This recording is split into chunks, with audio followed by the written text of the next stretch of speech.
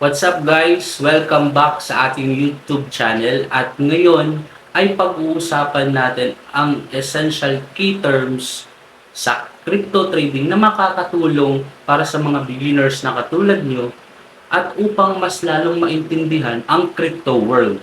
Sa nakaraang video ay pinag-usapan natin ang guides, steps and strategies para sa mga beginners na gustong simulan ang crypto trading. Ngayon, pag-uusapan naman natin ang mga terms na lagi niyong makikita during crypto trading.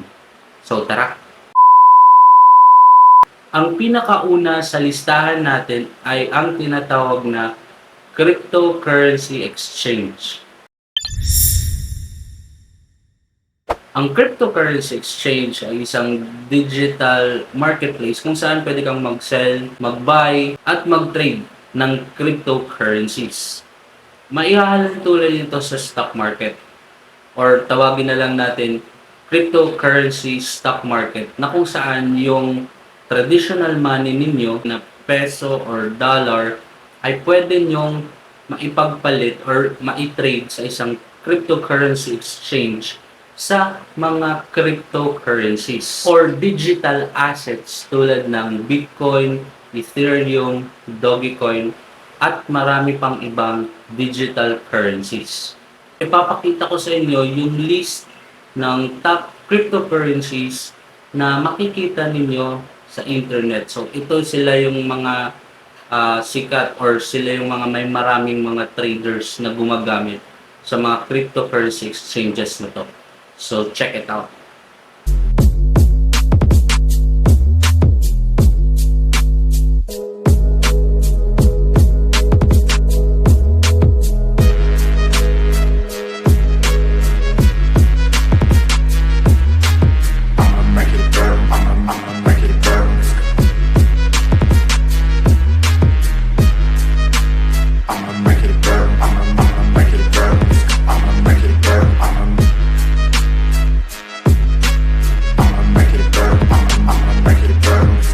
Sunod na terminology na ating i-discuss ay ang tinatawag na wallet. So hindi ito yung traditional na wallet na nilalagyan ng pera, kundi ito yung electronic counterpart kung saan pwede mong i-store yung digital currency mo. So ang wallet na to is a secure digital tool that lets you store, send, and receive cryptocurrencies. At yung mga wallets na to ay may mga strict security features para maprotektahan ang inyong mga assets from potential threats. Dito sa atin sa Pilipinas ay meron tayong mga e-wallets na pwede nating gamitin para makapag-transact sa crypto exchange tulad na lamang ng coins.ph. So, ang next na pag-uusapan natin ay ang Bitcoin.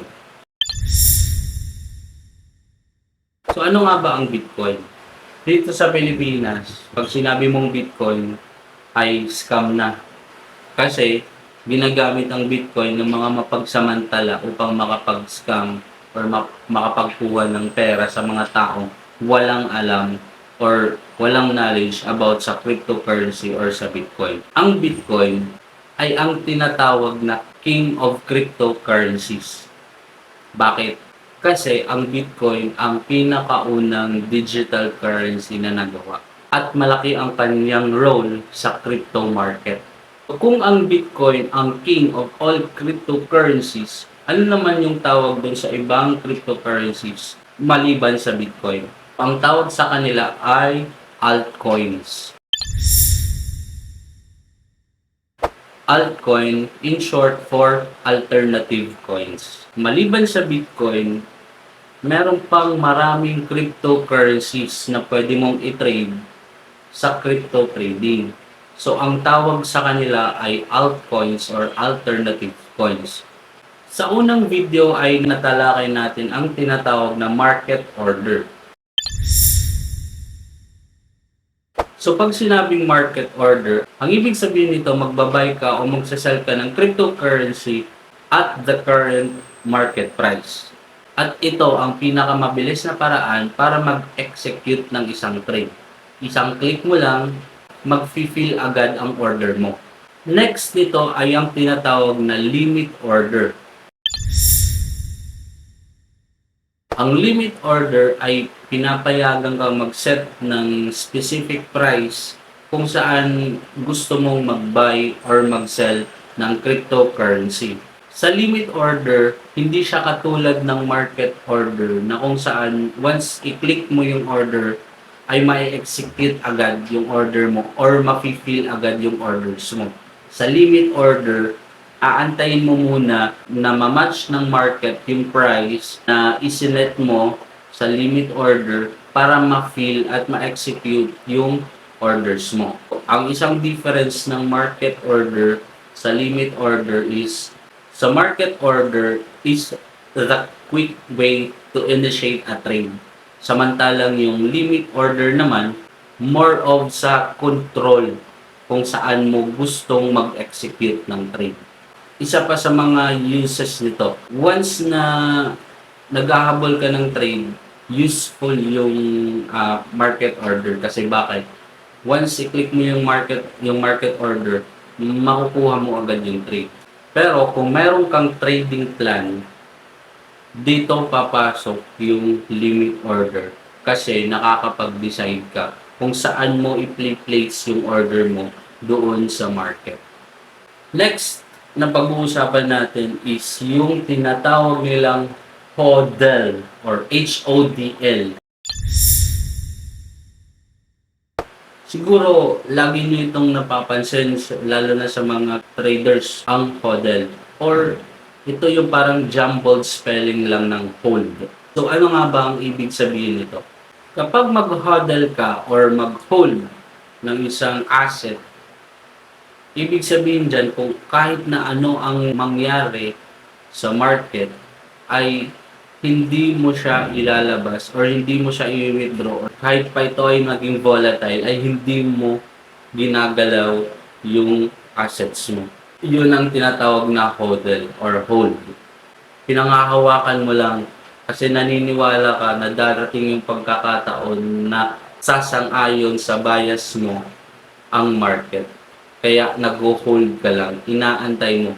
Usually, ang HODL ay nangyayari para sa long-term trading. Like for example, months or years. So, yun yung marami kang makikita ng mga traders na nag-hold ng cryptocurrency. The next terminology is FOMO and FUD. FOMO stands for fear of missing out. Sa term pa lang na yun, fear of missing out, ito yung situation kung saan naghahabol ka ng trade kasi nag-aalala ka na baka hindi ka makasakay doon sa movement ng market. Like for example, merong mabilis na pagtaas ng market. So, nabalitaan mo na may ganong movement ang market. Ang gagawin mo is maghahabol ka, matatakot ka sa bagay hindi ka makasakay, nagbabay ka ngayon. So, nagbabay ka na nasa taas ka na. Ibig sabihin, meron kang fear of missing out. Ayaw mong mapag-iwanan kasi gusto mong kumita, makasakay sa current trend ng market na to. Next naman is yung FUD or fear, uncertainty, and doubt. Itong FUD na to ay maraming klase. Like for example, bad news, or like for example, may nangyayaring hindi maganda sa kumpanya.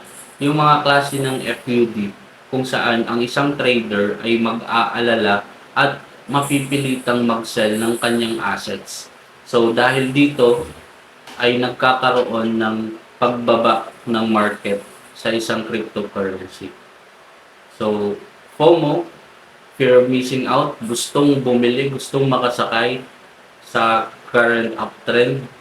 FUD, fear, uncertainty, and doubt is gustong makaiwas sa losses kaya nagsisell, naglalabas ng assets during downtrends. Sa crypto trading, lagi nyong madidinig ang bull market or bear market. Or in other terms, bullish market, bearish market. Or in short, bullish, bearish. So ano nga ba ang difference nito? Kapag nakita mo sa isang market na pataas o puro green usually yung nakikita mo, puro pataas yung trend, ito yung tinatawag na bull market. Pero pag nakikita mo puro red or pababa yung trend ng market, yun ang tinatawag na bearish market. So, kapag bullish, good time to buy. Kapag bearish, good time to sell. So, yun lamang ang ilan sa mga key terms para sa mga beginners na tulad natin.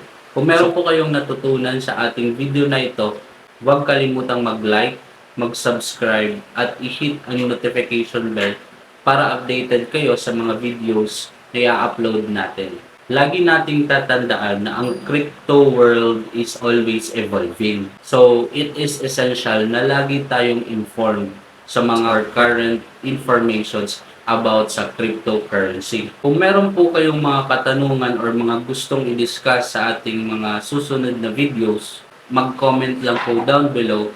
Thank you for watching and see you again in the next video.